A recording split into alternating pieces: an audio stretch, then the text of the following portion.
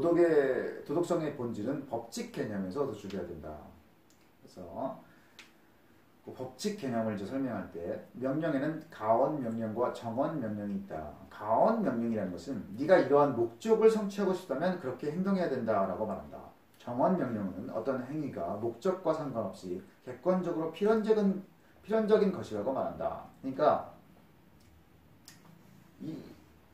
이것을 얻기 위해서는 이렇게 해야 된다라고 하면 가언 명령이라는 거고, 정언 명령은 그런 거 없이 그냥 이렇게 해야 된다라는 것이 정언 명령이라는 거예요.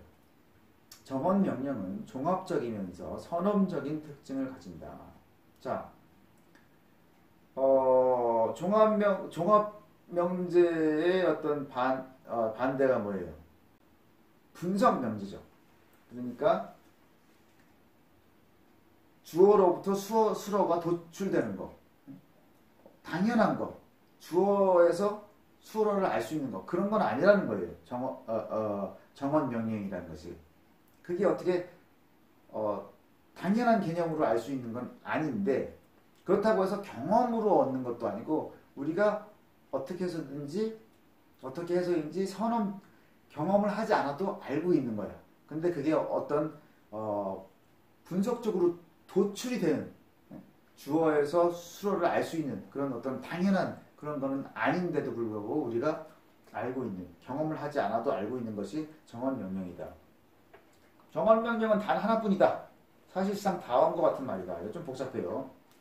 너는 오직 내 의지의 경륜이 동시에 일반 법칙이 될 수 있도록 행동하라. 이게 무슨 말이겠어요? 일반 법칙이라는 것대로 행동하라 이 말이죠. 혹은 네 행위의 경륜이 내 의지를 통해 마치 일반적 자연 법칙이 되어야 하는 것처럼 행동하라. 그러니까 내 행위의 어떤 법칙이 내 의지를 통해서 일반 법칙이 되게 행동하라 이거예요. 그러니까 내 의지를 통해서 일반적인 법칙이 될 수 있는 행동들을 하라 이거죠. 칸트는 우리가 한 사람 한 사람을 목적 자체로서 대해야 된다라고 주장했어요. 이것은 인권학설을 추상적으로 표현한 입장으로 여길 수도 있다. 한 사람 한 사람이 목적이다. 그렇죠? 그래서 이거는 공리주의 이런 거랑 좀 다른 거죠. 최대 다수 최대 행복이 아니라 한 사람 한 사람 자체가 목적이다. 그러니까 한 사람 한 사람한테 소수라고 해서 피해를 보면 안 된다는 거예요. 칸트는 영구 평화론에서 전쟁 금지 조약을 맺은 자유국가들의 연방정부 결성을 주창했다. 그러니까 칸트는 전쟁에 반대했다는 거죠. 그 연방정부 이런 것을 주장했다. 이성의 편에서 전쟁의 참상을 고발하고 단호히 반대하며 전쟁을 막을 수 있는 유일한 대안은 국제정부를 만드는 것이라고 주장했다. 자, 순수이성 비판의 가장 중요한 부분은 공간과 시간에 대한 학설이다. 칸트는 대부분 감각에 원인이 있다는 점에 의문을 제기하지 않는데 그 원인을 가리켜 사물 자체나 예지계라고 부른다. 그러니까 감각에는 원인이 있어야 했다는 거예요. 그러니까 그게 뭐든 간에 있어야 된다는 거죠. 뭔가가 있어야 된다. 우리의 지각에 나타난 사물을 현상이라고 부르는데 두 부분으로 구성된다. 한 부분은 감각이라고 부르는 대상에서 비롯된다. 다른 부분은 다양성을 일정한 관계 속에 배열하는 우리의 주관적 능력에서 비롯된다. 그러니까 지각에 나타난 사물을 현상이라고 하는데 이것은 두 가지에 의해서 나타나는 거예요. 하나는 감각, 우리가 느끼는 것. 그 다음에 그 느낀 것을 배열하는 것. 그 주관적 능력이 아까 말한 시간과 공간 이런 어떤 정신사고의 틀 이런 거를 말하는 거죠. 후자를 현상의 형식이라고 부른다. 현상의 형식. 그러니까 아까 말씀드린 어떤 정신적인 사고의 어떤 틀.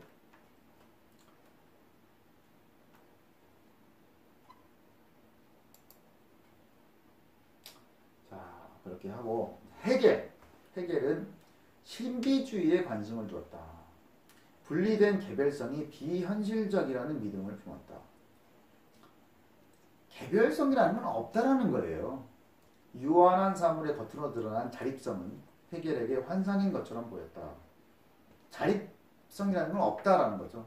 세상에 혼자 있는 건 없다라는 거예요. 다 모두가 전체와의 관계 속에서 이루어진 거기 때문에 헤겔은 전체를 제외한 아무것도 궁극적으로 완전히 현실적이지 않다고 주장한다.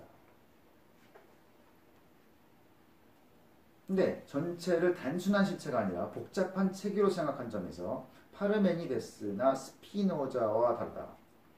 그러니까 전체가 단순한 어떤 하나의 실체가 아니라 각 요소들이 복잡하게 얽힌 어떤 유기체라다, 이런 생각을 했다는 거예요. 전체가 하나 땅 있는 게 아니라 유기체들의 연합으로 이루어진 어떤 복잡한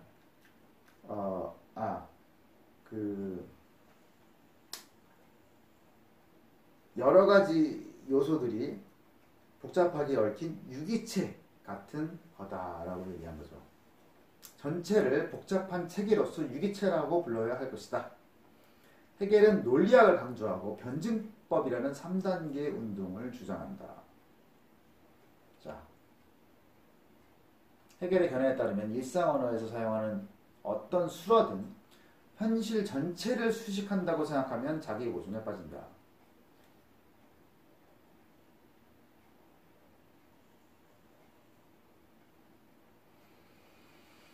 자, 일자는 유일하게 현실적인 구형이라는 파르메니데스의 이론에서 한계를 갖지 않는다면 어떤 존재도 구형일 수 없으며, 어떤 것이 존재하지 않는다면 한계를 가질 수도 없다.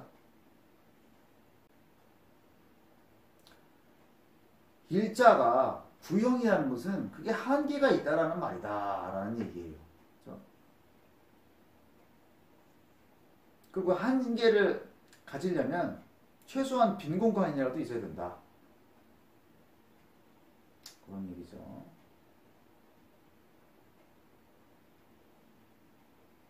그래서 이제 뭐 최소한 빈 공간 이런 게 있다는 것은 일자의 개념하고 다른 거죠. 일자는 모든 것을 아우러야 되는데, 그러므로 우주를 구형의 전체라고 가정하면 자기 모순에 빠진다. 자, 이제 변증법. 이건 이제 헤겔이 말한 예시는 아닌데 변증법의 예시예요. 현실은 삼촌이다. 이거 예시 자체도 되게 추상적이고, 변증법이라는 것도 보면 굉장히 추상적이고, 예시 들은 것도 어떻게 이런 걸 들어서 이제 이 논리를 전개하는 건지, 아무튼 한번 봐보세요. 삼촌의 존재는 조카의 존재를 함축한다.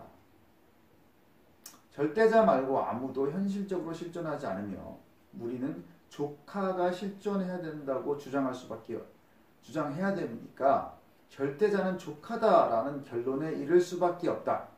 이것이 반정립이다. 그러니까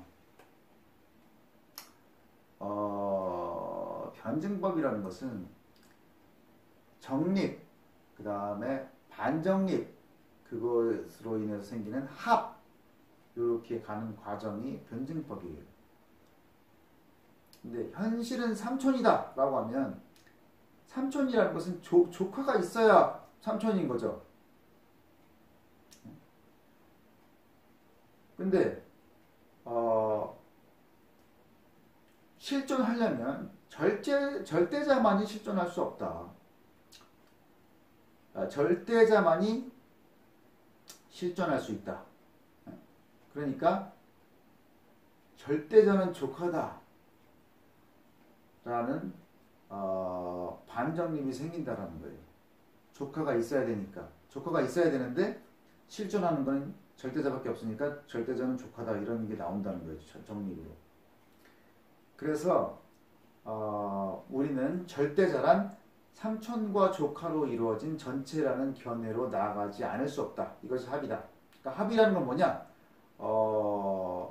절대자란 전체다. 라는 게 나온다는 거예요. 자, 그래서 이 변증법이라는 것은 정립도 굉장히 추상적이고 반정립도 정립을 보면 반드시 반정립이 요거로 나온다 라는 그렇게 알 수 있는 것도 아니에요. 반정립도 추상적인데 이것도 되게 자의적이야. 그리고 합으로 나온 것도 정립과 반정립을 통해서 반드시 나와야 되는 결론 이런 게 아니고 논리적으로 반드시 나오는 결론인 게 아니죠. 이것도 또한 합 또한 자의적이에요. 그래서 변증법이라는 게 보면 굉장히 자의적인 해석이다라는 거죠. 자, 현실은 삼촌이다. 이 정립 자체도 굉장히 이상한 추상적인 말이죠. 근데 삼촌은 반드시 조카가 있어야 되는데 실존할 수 있는 거는 신밖에 없으니까 절대자가 조카라는 게 반정립이라는 거예요. 그렇죠? 정립을 통해서 반드시 이 반정립이 나오는 어떤 논리라는 게 없죠. 그 다음에 절대자란 삼촌과 조카로 이루어진 전체다라는 게 합이라는데 이것도 정립과 반정립을 통해서 반드시 논리적으로 나오는 그런 게 아니라 어떤 자의적인 결론 같은 느낌이다라는 거예요. 그래서 변증법이라는 것이 굉장히 추상적이고 어떤 필연적인 어떤 원리가 아니다. 이런 얘기를 해주는 거예요. 한 남자는 조카의 부모인 형이나 누나가 있어야 삼촌이 된다. 그렇죠? 조카의 부모가 있어야죠. 그게 형이나 누나여야 조카인 거죠. 그런 사람이 있어요. 그래서 조카의 부모인 형이나 누나가 있어야 되는 거예요. 그래서 우리는 형이나 누나 또 그의 아내나 남편이 있어야 또 결혼을 했으니까 조카가 있겠죠. 그런 식으로 우주를 확장할 수밖에 없다. 그러니까 계속해서 변증법을 사용하다 보면 우주 전체로 확장된다는 거죠. 진리는 삼촌 단독의 속성이거나 조카 단독의 속성이 아니라 삼촌과 조카로 이루어진 전체의 속성이다. 그러니까 진리는 삼촌 하나만 놓고도 알 수 없는 거고 조카 하나만 놓고도 알 수 없는 거고 삼촌과 조카 그리고 이 전체를 다 알아야 진리를 알 수가 있다라는 거예요. 그래서 아까